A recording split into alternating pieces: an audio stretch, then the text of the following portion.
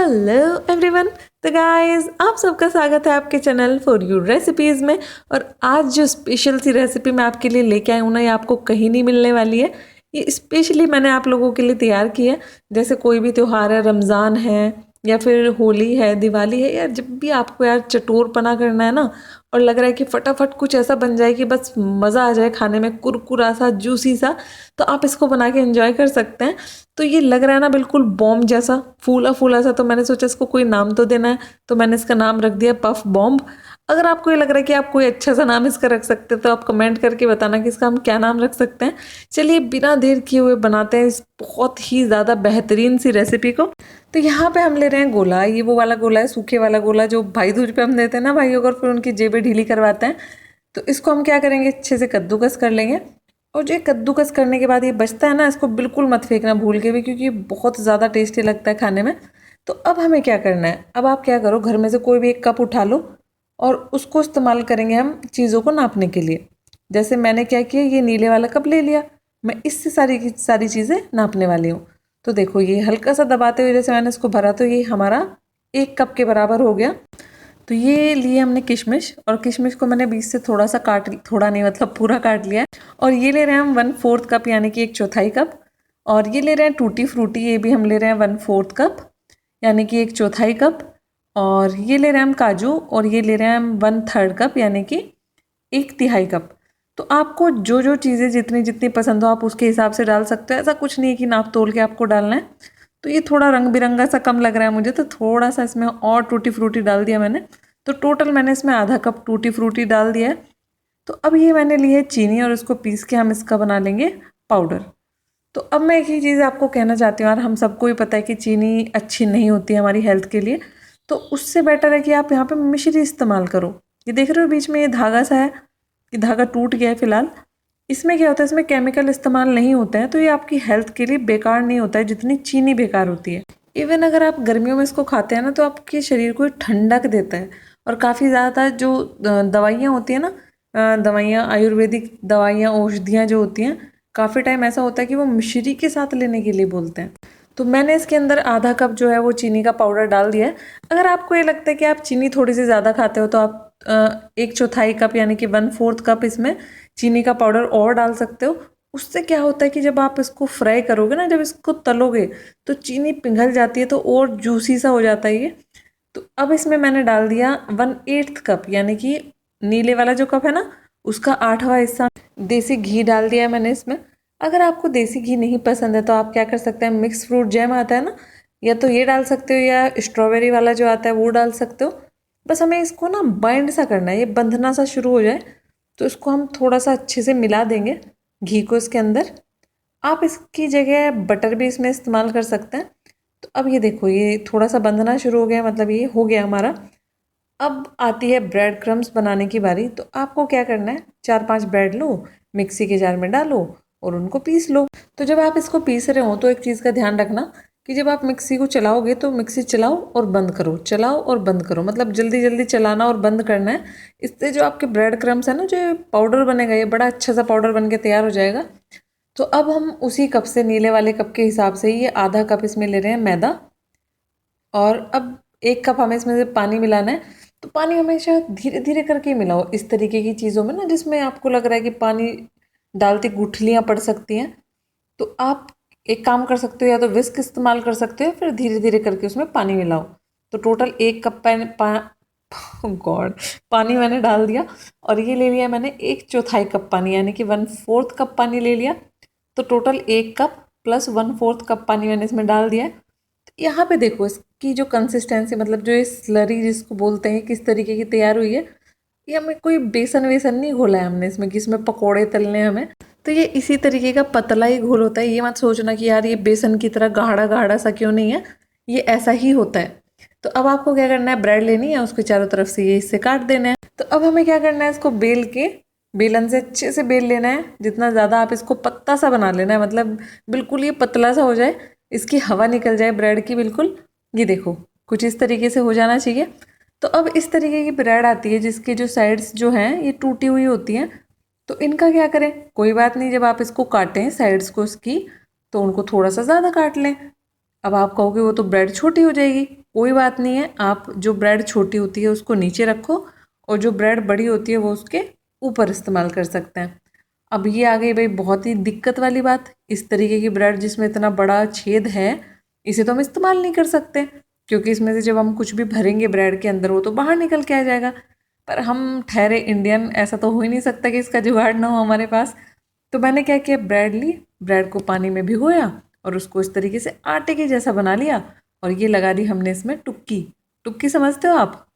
तो ये हो गई हमारी ब्रेड तैयार। तो कोई भी ब्रेड जो भी आपको टूटी फूटी लग रही है, कुछ भी दिक्कत हो रही है उसमें, इस तरीके से आप उसको तैयार कर सकते हैं।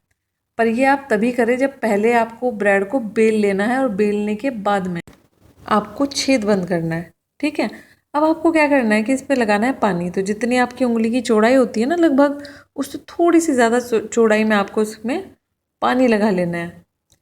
तो पानी लगा लिया हमने। अब ये जो मिश्रण हमने बनाया था, ये ड्राई फ्रूट्स वगैरह का, इसको हल्का सा बांधते हुए हम जो ये ब्रेड है इसके बीच में रखेंगे। आपको उसको हल्का सा दबाते हुए इसमें रखना है, जिससे कि आप ज़्यादा से ज़्यादा इसमें भर सकें। पर बहुत ज़्यादा मत भर देना, क्योंकि इससे क्या होगा कि जब आप इसके ऊपर ब्रेड दूसरे वाली रखेंगे तो वो ब्रेड टूट जाएगी। और दूसरी चीज़, जहाँ पे आपने पानी लगाया वहाँ पे ये जो मिश्रण है ये नहीं लगना चाहिए, वरना ये जब आप इसको बंद करोगे ना, सील करोगे, तो वो बंद नहीं हो पाएगा।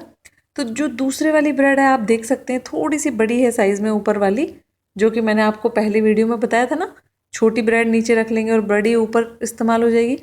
तो अब ये आती है सबसे बेहतरीन चीज़, जब आपको उसको सील करना होता है ना, बंद करना होता है, चाकू के पीछे का हिस्सा लो, उससे दबाओ और हो गया। अगर आपको ये लग रहा है कि कहीं से भी थोड़ा सा अभी भी खुल रहा है, तो आप ऊपर से भी पानी लगा सकते हैं। ऊपर से पानी लगा के और उसको दबा दो, तो वो तब भी बंद हो जाएगा। तो जो ऊपर वाली ब्रेड है उस पर भी मैंने चारों तरफ पानी लगा लिया था। और अब ये साइड काट लेंगे हम। तो देखो साइड्स जो काट लिए हैं इसके बाद कितना प्यारा लग रहा है ये। तो अब ये यहाँ पे टूट रहा है थोड़ा सा, तो हम क्या करेंगे, जो मैंने अभी पीछे दिखाया आपको। तो अगर आप मेरी और भी ऐसी प्यारी वीडियोस देखना चाहते हैं तो उसके लिए आपको क्या करना है वो भी मैं बता देती हूँ। वीडियो के नीचे इस लाल रंग के सब्सक्राइब बटन को दबाना है और फिर इस घंटी को दबाना, ये बिल्कुल फ्री है।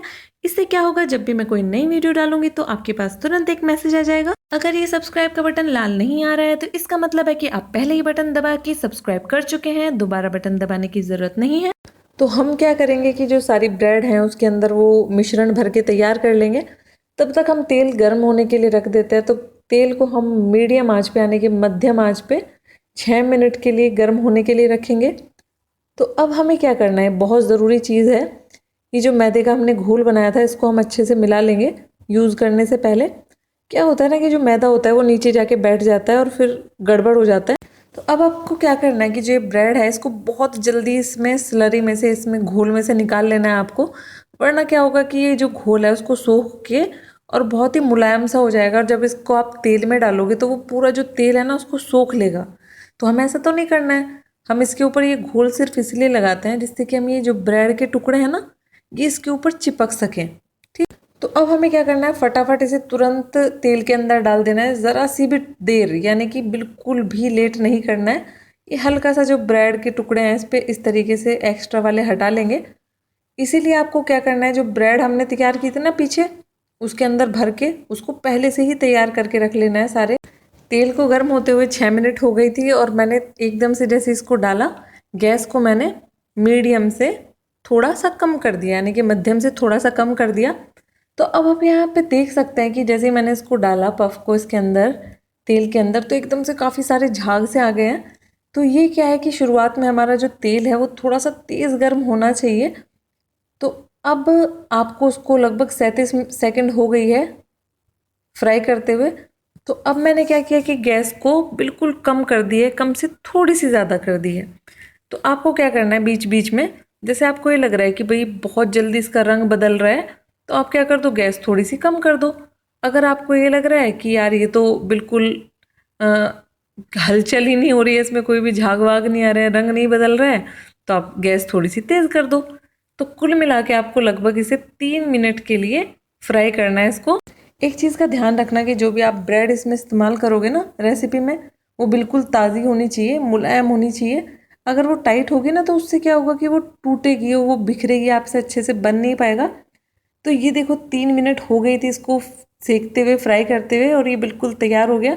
इसी तरीके के बाकी की जो हैं उन्हें भी तैयार कर सकते हैं। तो देख सकते हैं आप ये कैसे फूल के ढोलक जैसा हो गया है। तो चलिए इस ढोलक को थोड़ा सा पास से देख लेते हैं। बहुत ही मस्त गजब के बने हैं। अगर आप इसको बना दोगे ना किसी के सामने तो कोई कह ही नहीं सकता कि आपने घर पे इतने बेहतरीन तैयार किए हैं। अब ऐसे मज़ा नहीं आ रहा है। थोड़ा सा मैं आपको तोड़ के दिखाती हूँ कि कितना क्रिस्पी है ये।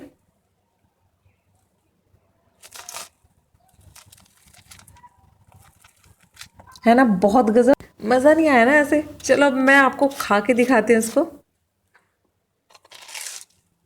बहुत ज़्यादा औसम है गाइज।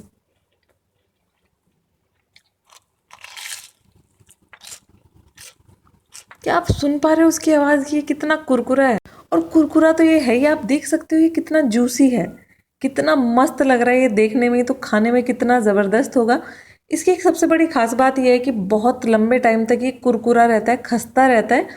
मतलब मज़ा ही आ जाएगा आपको। इसको ट्राई ज़रूर करना और बताना कि आपको ये रेसिपी कैसी लगी।